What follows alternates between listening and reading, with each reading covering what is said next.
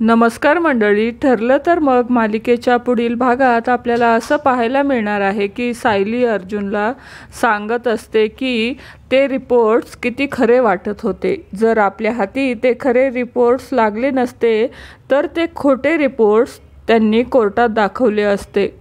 तर अर्जुन म्हणतो की हो ना, मला उद्याच टेलिकॉम कंपनीमध्ये जावे लागेल आणि तिथे गेल्यावर कळेल की महिपतने ते रिपोर्ट्स कोणाकडून बनवले होते।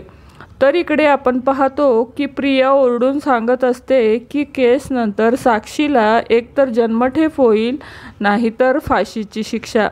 तर प्रियाचं हे बोलणे ऐकल्यानंतर महिपतला खूपच राग येतो व तो प्रियाकडे धावू लागतो। महिपत म्हणतो की माझ्या मुलीला फाशी होणार त्या अगोदरच मी तुझा जीव घेणार आहे।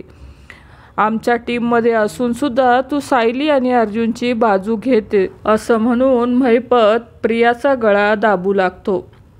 तर अर्जुन आता टेलिकॉम कंपनीत आलेला असतो व तिथे ते मॅनेजर सांगू लागतात की आमच्याकडे कोणीही रिपोर्ट्स घ्यायला आले नव्हते।